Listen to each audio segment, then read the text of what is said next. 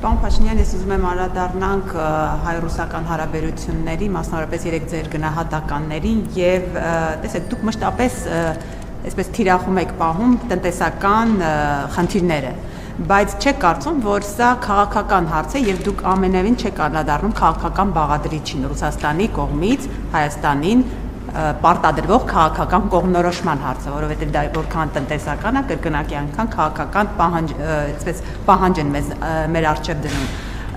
Ինչու է այս պահին Ռուսաստանը կարևորում, որ Հայաստանը հստակ կողմնորոշվի քաղաքական առումով։ Դուք արդյոք առիթ տվել եք, որ Ռուսաստանում կասկածում են, որ քաղաքական առումով Հայաստանը լավ գործընկեր չի, օրինակ։ Քաղաքական բաղադրիչին անդրադարձեք, ինչու է մեր դեմ այդ պահանջը դրվում, դուք ասում եք այլ շուկաներն են պատճառը, բայց իրականում մենք տեսնում ենք, որ այնտեղից քաղաքական է ավելի շատ պահանջը Հայաստանի առջև դրվում։ Եվ երկրորդը էլի հարցից ազանցյալ, դուք երբ որ հեռախոսազրույց եք ունեցել Ռուսաստանի Դաշնության նախագահի հետ, խոսել խնդրել եք ձեր հաղորդագրությունը այդպես է, խնդրել եք վերացնել սահմանափակումները, միջոցներ ձեռնարկել, բայց մինչ այդ կառավարությունը բոլոր օղակներով վստահեցնում էր, որ եվրոպական շուկան Հայաստանի համար բաց է, մենք խնդիր չունենք, մեր ապրանքները այնտեղ կգնան, այդ դեպքում էլ խնդրելու իմաստը ո՞րն էր։ Շնորհակալ եմ, նախ էլի ուզում եմ ընդգծել, որ ես Հայաստան-Ռուսաստան հարաբերությունների պատասխանատուն եմ, ես հայ-ռուսական հարաբերությունների պատասխանատուն չեմ, եւ հայ-ռուսական հարաբերությունները ուրիշ բան են, մենք տեսնում ենք, որ հայ-ռուսական հարաբերությունները տեղ-տեղ, այսինքն ուրիշ բովանդակություն ունեն, այս ուղղակի որպես գիտություն։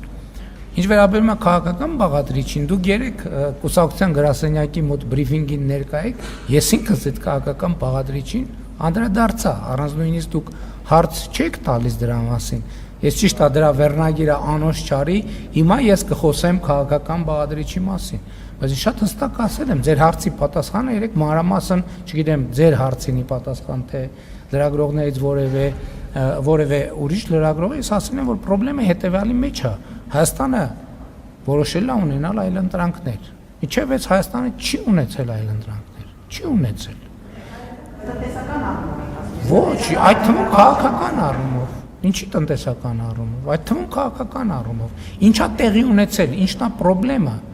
Խնդրեմը հետևյալի մեջ է։ Հայաստանը ռազմավարական հարաբերությունների փաստաթուղթ է ստորագրել Չինաստանի հետ, Հայաստանը ռազմավարական հարաբերությունների փաստաթուղթ է ստորագրել Միացյալ Նահանգների հետ, Հայաստանը ռազմավարական հարաբերությունների փաստաթուղթ է ստորագրել Մեծ Բրիտանիայի հետ, Հոլանդիայի հետ, Ֆրանսիայի հետ եւ այլն եւ բազմաթիվ այլ պետությունների հետ։ Իսկ նախկինում Հայաստանը ռազմավարական հարաբերություններ չուներ կամ չէր կարող ունենալ այսքան գործընկերների հետ։ Խնդրեմը այդտեղ է։ Ես չեմ կարող Ռուսաստանի զգացմունքների մասին ասել, ես կարող եմ ասել, որ Ռուսաստանը խնդիր է տեսնում այդտեղ եւ այդտեղ էլի էքսկլյուզիվության բաղադրիչ կա կամ մեծ խնդիրը հետեւյալն է կամ էքսկլյուզիվ են հարաբերությունները կամ հարաբերություններ չպետք է լինեն։ Մենք չենք ընդունում այդ մոտեցումը։ Մենք ասում ենք հարաբերությունները էքսկլյուզիվ չեն, բայց հարաբերություններ պետք է լինեն։ Եվ սա լեգիտիմ դիրքորոշում է, սրա մասին է խոսքը։ Ինչ վերաբերում է կողմնորոշվելուն, ես ասում եմ մենք մեր պատմության փորձը ցույց է տվել, տեսեք դուք ասում եք լավ գործընկեր, թե լավ գործընկեր չի Հայաստանը։ Հայաստան 2022 թվին ինչով լավ գործընկեր չէր, որ հավաքական անվտանգության պայմանագրի կազմակերպությունը իր ֆունկցիաները չկատարեց։ Ինչով լավը չէր Հայաստանի Հանրապետությունը։ Ինչ էր արել Հայաստանի Հանրապետությունը։ Ում էր վատություն արել Հայաստանի Հանրապետությունը։ Հայաստանի Հանրապետությունը ինչով էր վատը, ինչ վատ բան էր արել Հայաստանի Հանրապետությունը, որ այդ ամեն ինչը տեղի չունեցավ։ Ինչով էր Հայաստանի Հանրապետությունը վատը, որ Ղարաբաղում ռուս խաղապահները իրենց գործառույթները չկատարեցին։ 2022 թվականի հոկտեմբերի 6-ի մեջ է խնդիրը, բայց դրանից առաջ դեպքեր են եղել։ Ինչով էր վատը Հայաստանի Հանրապետությունը։ Այսինքն ես նորմալ է, որ դուք այդ հարցը տալիս եք, ես հարգանքով եմ վերաբերվում դրան, բայց էլի եմ ասում, Իսկ ինչի անընդհատ մեր կանխավարկածը այն, որ մենք ենք պարտադիր ինչ որ վատ գործընկեր։ Կամ Հայաստանի Հանրապետությունը ում էր ինչ արել, որ Բելարուսի նախագահը հայտարարի, որ գիտեք ինչ, դե Հայաստանը ում է պետք։ Ինչն էր վատ արել, Հայաստանի վատություններ արել ինչ որ մեկին։ Բելարուսին վատություններ արել Հայաստանի Հանրապետությունը։ Ոնց կարելի է երկրի, ինքնիշխան երկրի մասին այդպես խոսալ։